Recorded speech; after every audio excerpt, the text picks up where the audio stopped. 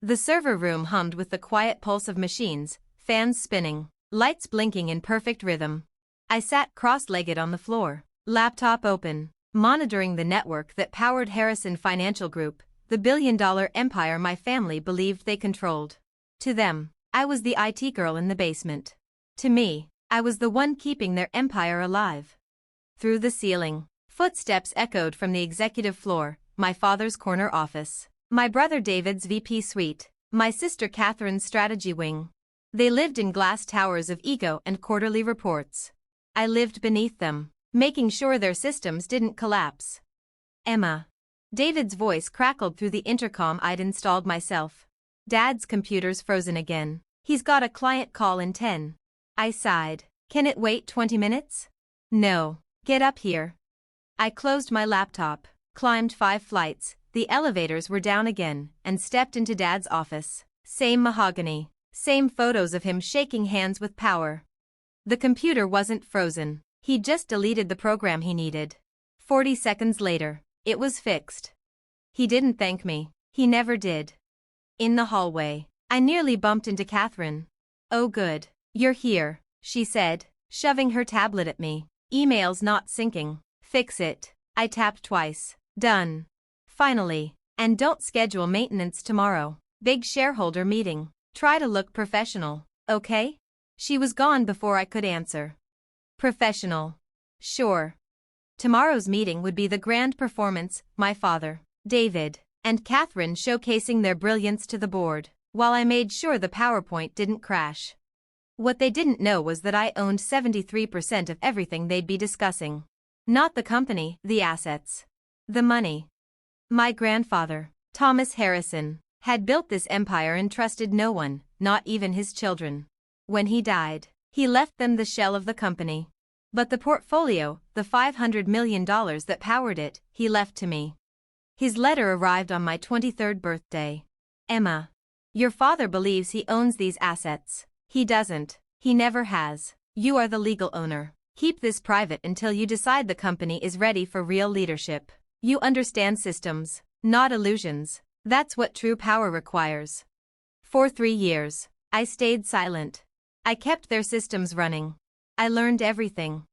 I saw David's secret crypto gambles, Catherine's reckless expansion plans, Dad's desperate attempts to match my grandfather's returns. They thought I was invisible. I was simply watching. Tomorrow, they'd propose a $200 million transfer into David's high-risk fund. They'd need the owner's approval. Mine. They just didn't know it yet.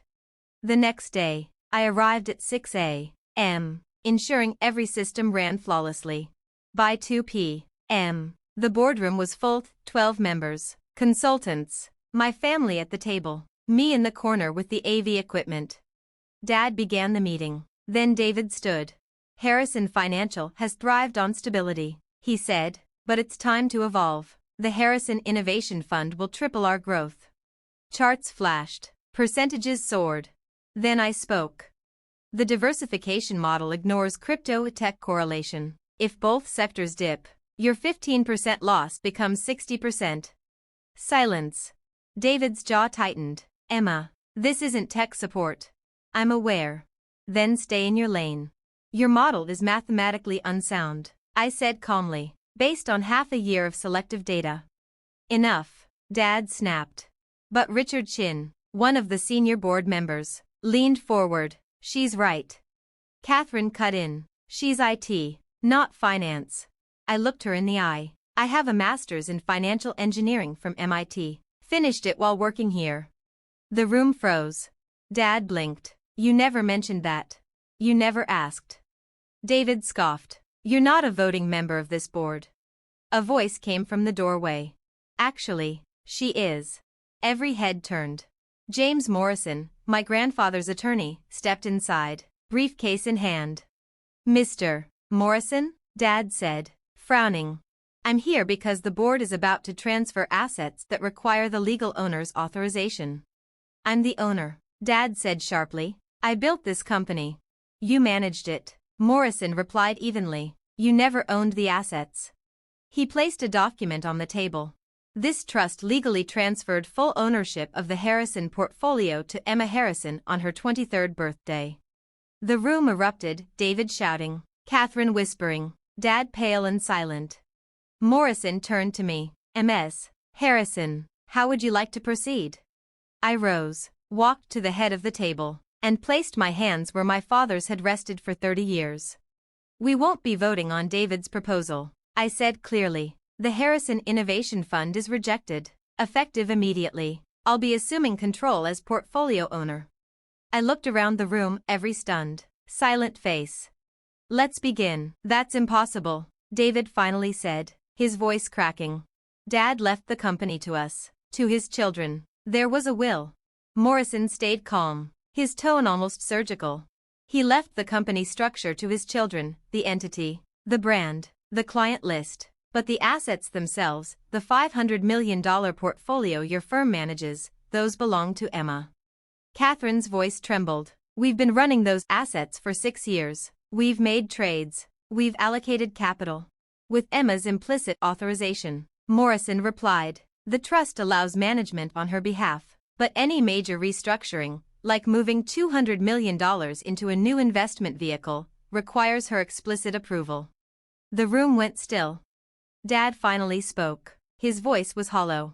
Emma, did you know about this? Yes. For how long? 3 years. He repeated the words like a man testing their weight. 3 years. You've known for 3 years that you control everything.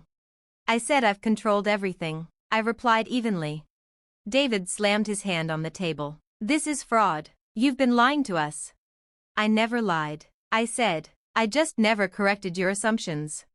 You spied on us, he snapped. You had access to our systems, our emails? That's my job, I said calmly. I'm the IT administrator. I have access. And you used that access to understand how my portfolio was being managed. I cut in, to make informed decisions about my investments. Catherine's words came out like venom. Your investments? We've been building this company while you've been fixing our computers, and now you're claiming it's all yours? Not the company, I said. The assets. The $500 million you've been managing, and in some cases, mismanaging, for the last 6 years. Mismanaging? David's voice shot up an octave. We've delivered consistent returns. You've grown the portfolio at 4.2% annually, I said flatly. The market average is 7.3%. That's a 3.1% underperformance, about $47 million in lost potential returns over 6 years. Silence. Richard Chin scrolled on his tablet. She's right, he said at last. The returns are good in absolute terms but mediocre against benchmarks. I didn't stop. And now you want to transfer 40% of my assets into a high-risk fund based on flawed projections and insufficient risk analysis, a fund my own modeling shows has a 63% chance of losing money in the next 3 years. David sneered. You're modeling? You're not a fund manager. You're tech support. I'm the owner, I said, and I'm rejecting this proposal. You can't just. Yes, she can. Morrison cut him off. The trust is explicit. Major restructuring requires the owner's approval. Emma is the owner. She's declining. Dad stared at the document, his face ashen. Thomas did this, he whispered. My father did this. He gave me the company but left the assets to Emma. He wanted someone who understood systems, I said quietly. Not just financial systems, all systems. How things really work. Catherine's eyes narrowed. You've been studying us, watching every decision for 3 years. Yes, while pretending to be just the IT person. Dad's voice was flat. You've been building a shadow operation, planning to replace us. I was planning to support you, or replace you, depending on whether you managed my assets competently, I said. Today's proposal answered that question. Morrison glanced at his watch. I have another appointment. Emma, do you need me to stay? No, thank you. He nodded and left. The room felt airless after he was gone. Finally, Maria Santos spoke. I move that we table the Innovation Fund proposal pending redesign and additional risk analysis. All in favor? 7 hands went up. Motion passes. Meeting adjourned. Papers shuffled. Phones came out. Board members whispered to clients. Catherine paused at my chair. Emma. I don't know what to say. You don't have to. I should have asked about your degree, about what you were doing. I just assumed that I was just good with computers. I said softly. I know. Everyone did. She nodded and left. David stormed out, red with rage. Eventually only Dad and I remained. He sat at the head of the table, the trust document before him. Your grandfather always said you were like him, he murmured. Quiet, patient. I thought he meant shy. I didn't realize he meant strategic. He taught me to wait for the right moment. And this was it? Humiliating your brother in front of the board? This was stopping my brother from gambling with $200 million of my money on faulty analysis. Dad stared at me for a long time. Then what happens now? Now we manage the portfolio properly together, or I hire new management. That's up to you. You'd fire your own family? I'd fire poor managers, family or not. He rose slowly, looking older than he had that morning. I built this company. Your grandfather and I built it. You built the structure, the reputation, the client base. Those things are yours, but the assets you've been managing belong to me. They always have. Because my father didn't trust me to own them, he said bitterly. I didn't answer. He left without another word. I stayed seated, listening to the building settle, the hum of HVAC, distant phones ringing, business as usual. My phone buzzed. A text from Richard Chin, impressive. Let's meet next week to discuss the audit framework. You may have more allies on this board than you think. Another from Maria Santos, that took courage. Your grandfather would be proud. And finally, from my private wealth manager, just saw the news. Ready to move forward when you are. I gathered my laptop and headed back down to the server room. There was still work to do, system updates, security patches, the quiet maintenance that kept everything running. Tomorrow, I'd move upstairs to a proper office. Tomorrow, I'd begin the audit. Tomorrow, I'd finally manage my assets instead of merely monitoring them. Tonight, I allowed myself one small smile as the servers hummed around me, the sound of power shifting to where it belonged. I had one last night in the server room. One last night of being just the IT girl. One last night before everything shifted. The next morning, a note waited on the server room door. Emma, please come to the executive floor. We've prepared an office for you. Jennifer, HR. 5 flights up. Jennifer stood in the hallway, fidgeting with a clipboard. We've converted the corner office, she said. Windows, furniture, the works. Mr. Chin called this morning. He said you'd be taking a more active role in management. Thank you, Jennifer. She hesitated. Also, David and Catherine resigned last night.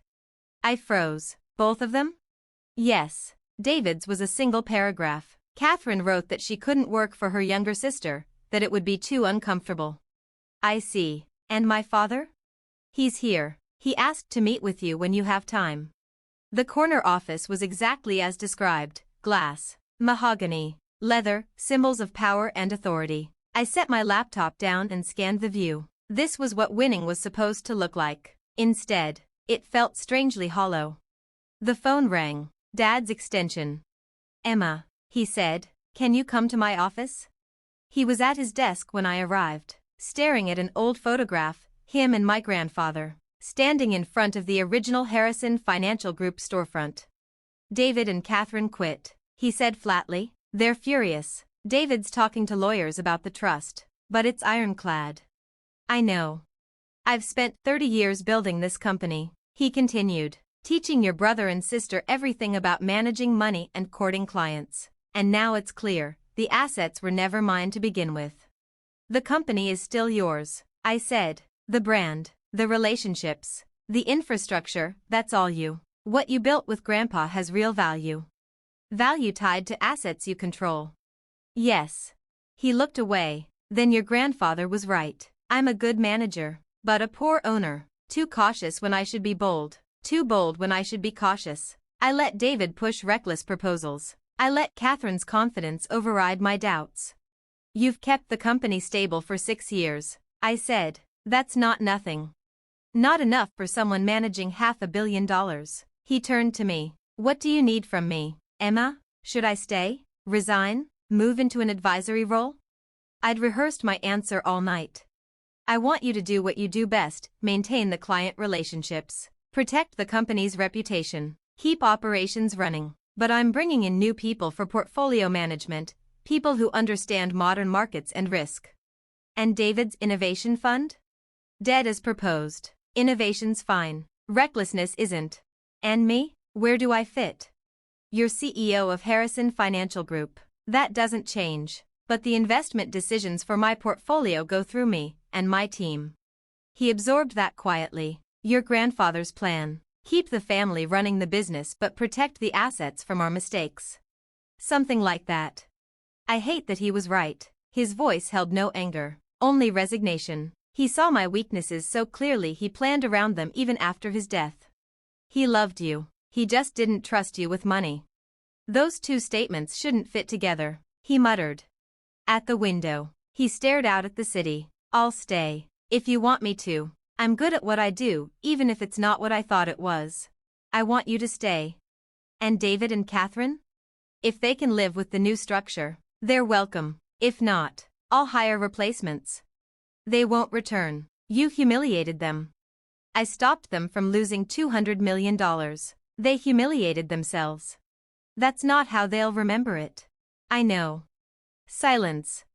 Your grandfather used to say the most powerful person in the room is the one everyone underestimates. Dad said at last. He meant information asymmetry. I said, being underestimated makes people careless. They reveal things they'd hide from someone they see as a threat. And you've been using that advantage for 3 years. Yes.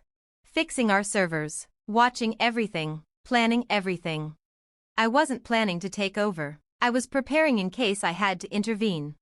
From where I sit, it looks like you've been running this company while pretending to be tech support. I was both. He shook his head. Your grandfather trained you well. Too well, maybe. Is that a compliment? I honestly don't know. He studied the photograph for a long moment. I'll send an email to staff this afternoon, introducing you as an active member of management. People will have questions. Let them. And the board? Richard Chin's on board. Maria Santos too. Once the audit results come in, the rest will follow. You're very confident. I'm very prepared. There's a difference. He almost smiled. Your grandfather's words exactly. I left him there, holding the photograph of a past none of us had fully understood. 4 months later, the audit was complete. 6 new analysts, 2 portfolio managers, a chief risk officer. The portfolio restructured, diversified, outperforming the market for the first time in years. The $500 million had become $547 million.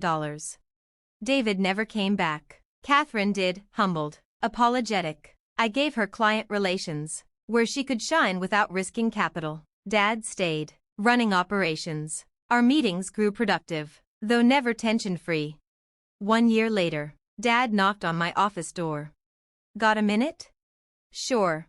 He sat, looking almost relaxed. The board is unanimously impressed. They want to expand your authority, company assets, client portfolios, everything. That's everything. He nodded. 6 months ago I'd have hated it. Now I see someone making the company stronger than I ever did. He paused. Your grandfather saw what I didn't. I'm sorry for assuming you'd failed because you didn't follow my path. For not seeing you until you forced me to. Thank you. He'd be proud. I hope so. I'm proud, he added, even if you terrify me. You should be. Because you have access to all our email? Because I have access to everything. He laughed, then left. After he was gone, I stared out at the city. 3 years in the server room, 1 year in the corner office. Finally, everything was where it needed to be. A message from the new CIO lit my phone. Network audit complete. Everything's running perfectly, almost like someone spent years maintaining it. I smiled. Old habits die hard. Then I opened the quarterly reports, because that's what owners do. They understand the systems. They maintain the infrastructure. They wait for the right moment. And when that moment comes, they take control.